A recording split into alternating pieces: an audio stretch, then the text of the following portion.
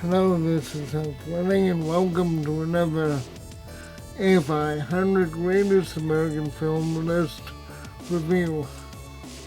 Today, we're gonna do One Flew Over the Cuckoo's Nest. One Flew Over the Cuckoo's Nest occupies the 20th position in the 1998 list and the 33rd position in the 2007 list. It was made in 1975.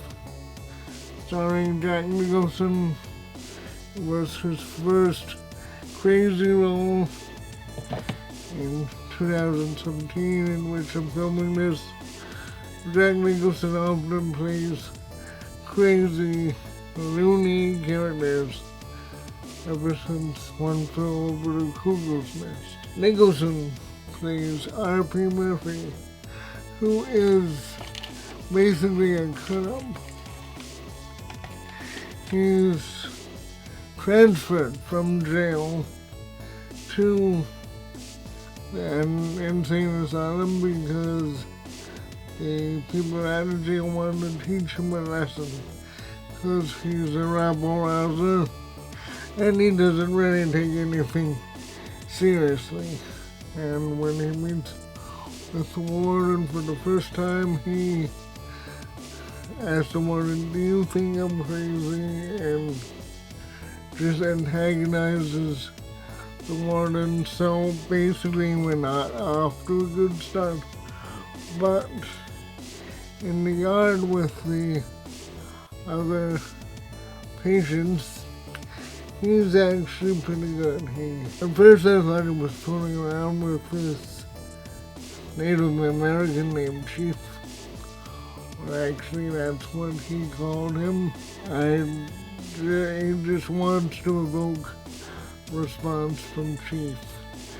And when he's out in the yard, he tries to get Chief to play basketball, and to him it was a joke in the beginning, at least I thought it was a joke. But then he really earnestly starts to try to help these patients when he gets into the group where they talk about their problems and no one wants to really talk about their problems, and they start antagonizing each other. He realizes that these guys are no crazier than anybody else on the street. They just have been labeled by society, and that's why they are in the predicament they're in. The head nurse, it's called Nurse Ratched, and she's kind of an antagonist and not really a normal antagonist, but she just wants to enforce the rules. This is like Apocalypse Now, the review I just did, in which we're talking about society versus wildness.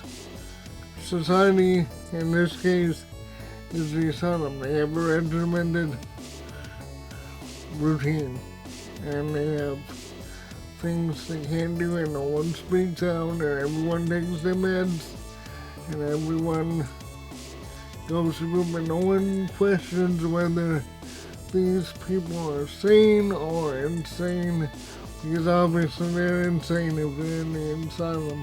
And that got me thinking a little bit about my work. I work with people who have disabilities. I have a disability, but because of, I don't know, happenstance, they get services and I don't. So they were never, starts in school. My basic client is about a little bit older than I am, and they were in school when I was in school.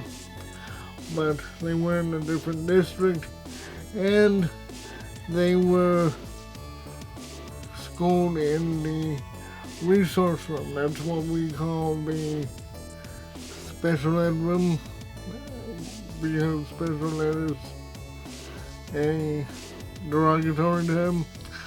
I had a chance to go to the special ed room to take tests when I was in high school, and I chose not to, and because I'm an impressionable teenager, and I like those people. I like the people in the resource room, and I got services there, but I wanted to be with my friends. My friends, all of my friends, were non-disabled. Well, they probably had disabilities that we never diagnosed, like ADD and things like that, but basically I wanted to be with the people who have privileges. They didn't have to have like behavioral plans. I didn't have a behavioral plan. I did pretty much everything my friends did. Obviously, I didn't do sports, but I was the cow chaser on the cross-country team, which means that cross-country runners would run to a field on a local farm, had cows in it. I would chase the cows away so they wouldn't spook. And I'm small, but I learned that if you run at a cow, it's going to move. They're pretty docile animals. Bulls are not. Cows are docile. So, that was my participation in sports. I went to New York a couple times, twice with the Fine Arts Club. I went to France with the French Club. That was my motivation for taking French. You know, go to Paris, see the Eiffel Tower, and I did. So, unfortunately, none of the people from the resource room ever went to France. So when I went to take driver ed, I was the only person with a physical disability in the driver ed room. All of my buddies were there. We had a good time. I passed first time, needed a little practice, but the guys I work with now, they don't have their driver's license. I don't know if they could get their driver's license. I don't know what the deal was, but they got into the system. My parents kept me from the system because they knew I was bright enough to do college level work on a track, go to college with the Dartmouth, you know, that. And to me, it's sometimes pretty random. And I'm probably the first person with a physical disability to graduate from Dartmouth. And now I see other people with physical disabilities. One woman has a guide dog. She's an undergrad. I haven't met her yet. I don't know if I'm gonna meet her. It's not a priority. That was a wasp. Wasp.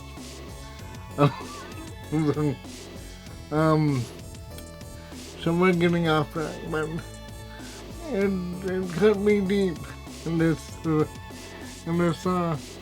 one for over the Cuckoo's Nest, because I try every day to make my clients feel average, or what we call average is normal, because nobody's normal. I'm not normal, you're not normal, they're not normal. None of us normal and everyone is. Some might call it average. So, and it just kind of really, it was a hard film to watch for me because, like I already said, I try to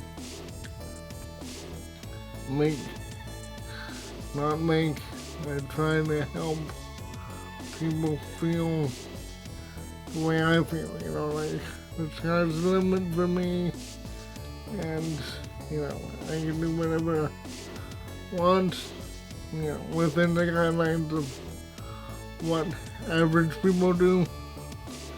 I'm not gonna walk on the moon. And this was an uplifting movie for the most part, but at the end, RP McMurphy, Nicholson's character pretty much, he fails because we're talking about wildness versus society. And in this society must always win because we're not preaching anarchy. We like the way our society works. And, don't rock the boat, blah, blah, blah. Even though I am rocking the boat just sitting here talking with you, but progressively, people have been more accepting of people of difference. It's a good film to watch if you believe in social justice and, institutions. And someone's end up scaring the hell out of me because I know that I could have been in one. People like me were in one because that's where they put people because they didn't have the knowledge or any other options, home or asylum. Those were the options. And, I don't think I'm gonna watch this film again. It was kind of like, watching him do all this progressive stuff, making the people feel like humans, making the patients feel like free men. And, the hammer was about to come down. I hate impending doom movies. It may feel like this rest of a movie review, a lot of commentary about me. Give it a thumbs up and hit that subscribe button. I'll give you more, and have a good day.